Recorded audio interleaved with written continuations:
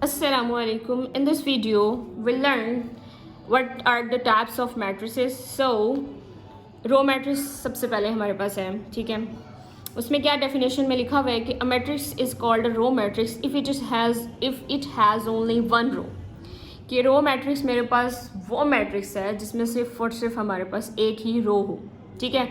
सिर्फ एक रो हो। वो क्या कह रहा है कि for example the matrix M is equals to 2-1 7। अब हमें कैसे पता चले कि इसमें सिर्फ एक ही रो है। हॉरिजॉन्टली देखें, सिर्फ इसके पास एक रो है।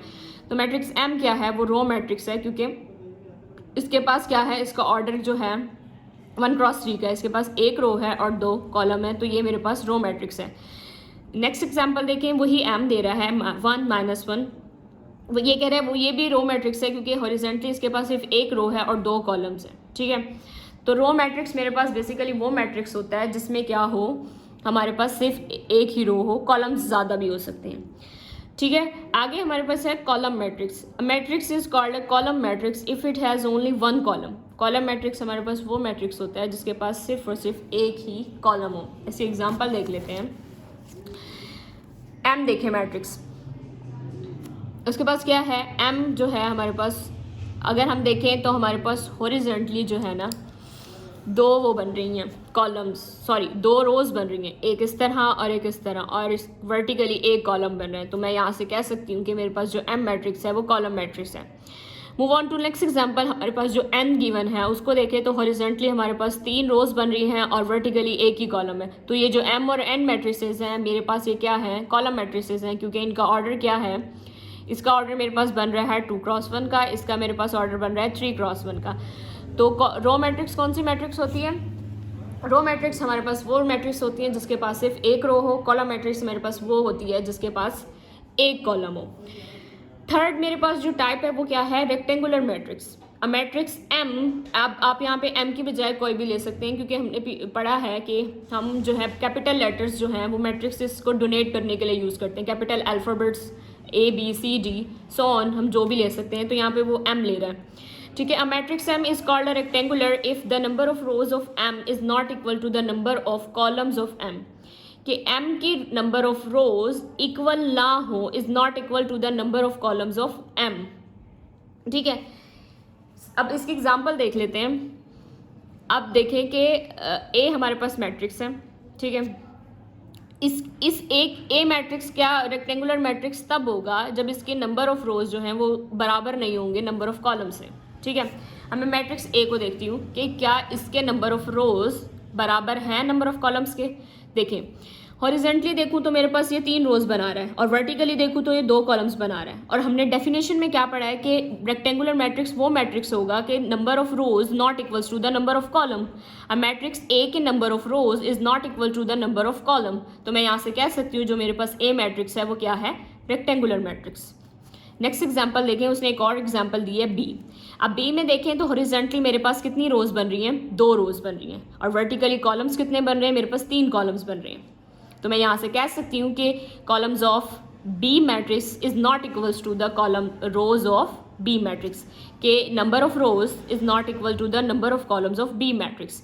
C मैट्रिक्स को देखें तो हॉरिजॉन्टली इसके पास एक रो है और वर्टिकली 3 कॉलम्स हैं।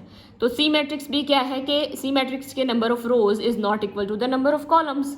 इसी तरह D मैट्रिक्स में क्या है कि इसके पास 3 रोज बन रही हैं और इसके पास एक ही कॉलम है, तो कॉलम्स बराबर नहीं है रोज के। तो मैं यहाँ से ये भी कह सकती हूँ कि मेरे पास जो मैट्रिसेस उसने एग्जाम्पल्स में दी हैं A, B, C और D, वो क्या हैं कि वो रेक्टेंगुलर मैट्रिसेस हैं, क्योंकि इनके number of rows is not equal to the number of columns. आगे वो क्या कह रहे हैं कि ये सारी जो हैं मेरे पास रेक्टेंगुलर मैट्रिसेस हैं। क्यों, क्योंकि A का जो ऑर्डर है वो 3/2 का है, B का ऑर्डर 2/3 का है, C का ऑर्डर 1/3 का है, और D का ऑर्डर 3/1 का है, which indicates that in each matrix the number of rows not equal to the number of columns.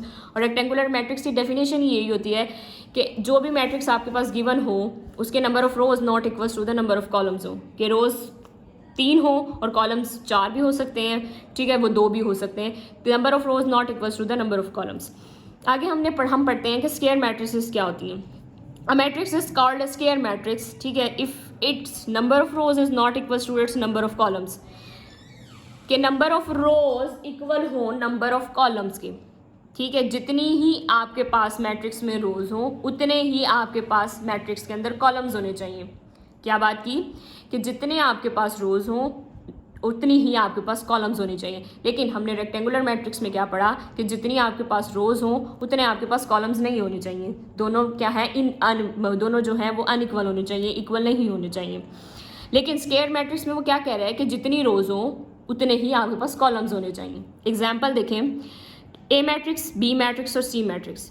ठीक है, उसने 3 एग्जाम्पल्स दिए हैं। 2 -1 0 3 नंबर हॉरिजेंटली कितनी रोज हैं, 2, वर्टिकली 2 कॉलम्स हैं। Move on to B, number of rows 3 है, नंबर ऑफ कॉलम्स भी 3 है।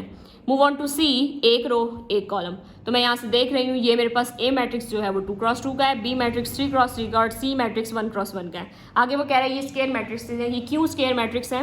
क्योंकि देखें इनके ऑर्डर क्या है, सॉरी इनका जो number of rose and number of columns है वो बराबर है। इसी तरह बी में भी number of rose and number of columns बराबर हैं, सी में भी number of rose and number of columns बराबर हैं। तो ऑर्डर क्या है, 2x2 का, 3x3 का, 1x1 का। तो respectively we can say that A, B and C are square matrices because number of rows and number of columns are equal.